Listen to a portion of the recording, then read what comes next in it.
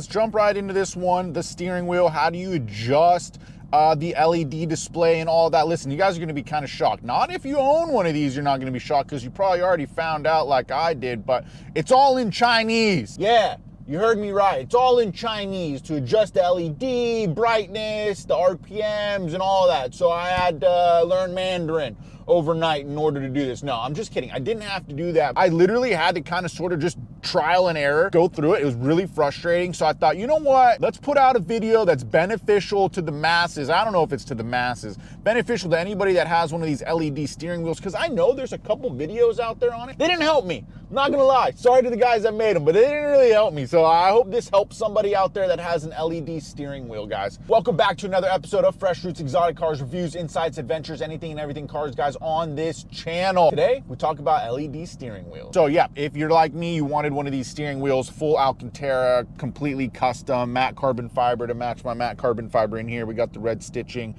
you name it, we got it, the black gloss badge. It was all fully customizable. And what I added in also was this LED display up here up top. Now, I'm also gonna add, before we go into adjusting the buttons and showing you guys the Chinese, is that this didn't go in as expected. I mean, it was a pretty straightforward install, but shortly after my clock spring went out in my steering wheel. So I don't know if it was because of the original install or if it was because of the steering wheel. So far, I haven't had any other issues with it, but that's definitely something to kind of prepare for. It was $1,100 to do that. And it was like, I don't remember how much it was to install the thing. It was like $500 to install it too. So yeah, watch out, take your time, make sure you're prepared for it. All right, guys, so first things first, I just kind of turned it on and off. Now, how do you turn it on and off? Like, let's say if you just don't want to shut it down, you hold both of these two side buttons at the same time, it'll shut it off, okay? Easy as that. I wish I knew that when the clock spring was going out, because it was turning on and off and on and off and it was bothering me. I would have just shut it off and maybe put it off until later, but I didn't know until yesterday how to do that. Now, to go into adjusting things, this is what you're gonna do. First, you wanna hold this one down right here, the right one. You're gonna wanna hold it down, and then you're gonna get this little thing. Now, in order to select one of them, you hold the right one down again. Now, in order to kind of go through and toggle through them, you go to the left one. So you see this thing, it says LED, but as you can also see, it's all in Chinese and it gets worse. So I said, okay, cool, LED, that must be how I change the LED brightness. So you hold the right one down to select. Now it's all in Chinese again, guys. This is where I had to kind of get my learning curve going on and kind of learn what it was. That first one, go ahead and click on it. It's gonna be the brightness. So you can up the brightness, you can lower the brightness with the right one. Kind of weird how it's kind of opposite, but I'm gonna rock mine at 6 right now. And now in order to go back in the screen, you wanna hold that LED down and it'll go back. Now, the second one down is gonna be your RPM. Now, this is the one that I wanted to change just yesterday, was the where the RPMs are gonna start to blink red. I had them, originally it comes stock at like 3,500 RPM, so it was like just blinking red crazy at me all the time, and the brightness was really high. So I was like, okay, I gotta learn how to adjust this thing. So that's the way to adjust the brightness. And to do the LEDs, it's gonna be that second one. You'll hold that right one down again, and then you're gonna get 2 more options. This is where I started to get a little scared, to be honest with you, because I was like, dude, I don't wanna end up messing this thing up. So we just went ahead and went for it. We went on that first one, and boom, there you go. You have the RPMs right there. I'm at mine currently at 6,000, so it starts to blink red at 6,000 RPM. It's pretty sweet. There's a couple other adjustabilities in this thing, but I'm not gonna mess with it. I know you could probably change the colors and all that other type of stuff in the LED section, and I don't wanna get into any of the other sections. Those are the two that I wanted to change and wanted to learn how to change, was the LED display brightness and when it is gonna start to blink red. I'm sure you can change the kilometers to MPH if you use the MPH and kilometers gauge. I personally don't. I like to rock it at the RPM gauge right here. This is my favorite gauge of them all to rock, but as you can see, you can kind of sort of toggle through. This one I don't really like. This one, not a fan of either. I guess this one's okay too. Gives you some temps that might be beneficial on the track, but again, not something that's my favorite. This one's okay. Also gives you your speed and your RPM, so that one's not bad at all either. Pretty cool right there. And let's see, this is the kilometers per hour, so it'll give you kind of your speed going down. But like I said, this kind of gives you like some different angles and stuff. It's kind of, this is a weird one right here. And then here you go, the RPM gauge is the one that I like to rock the best, guys. I might learn how to do some of those other little options later on down the line, see how to change the KM to MPH if I ever want to rock that gauge, but I really don't.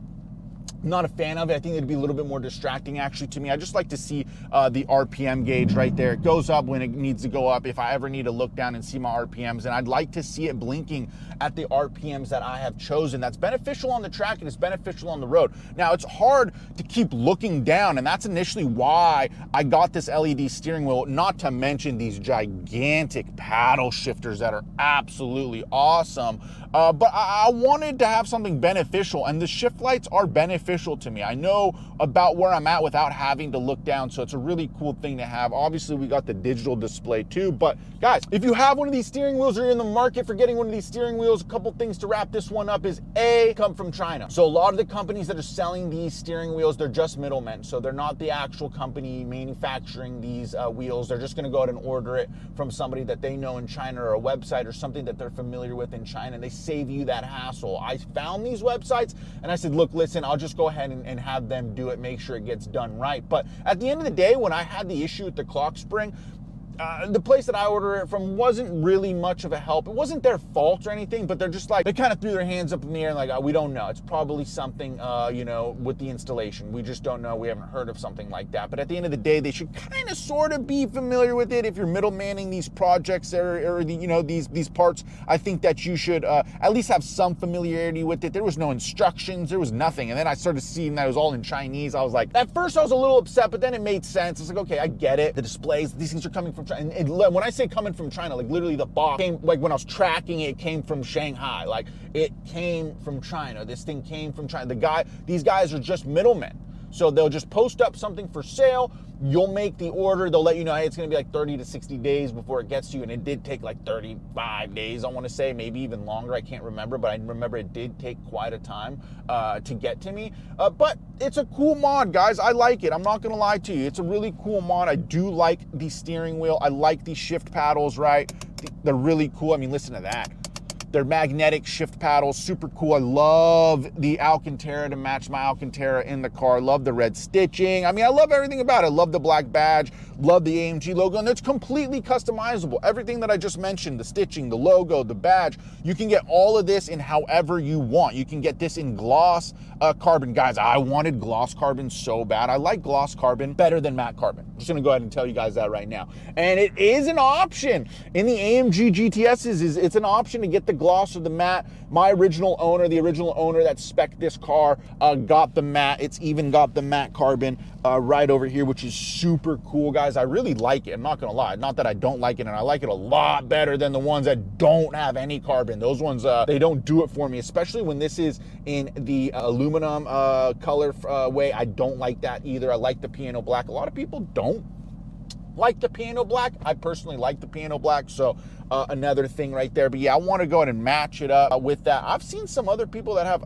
this in carbon too.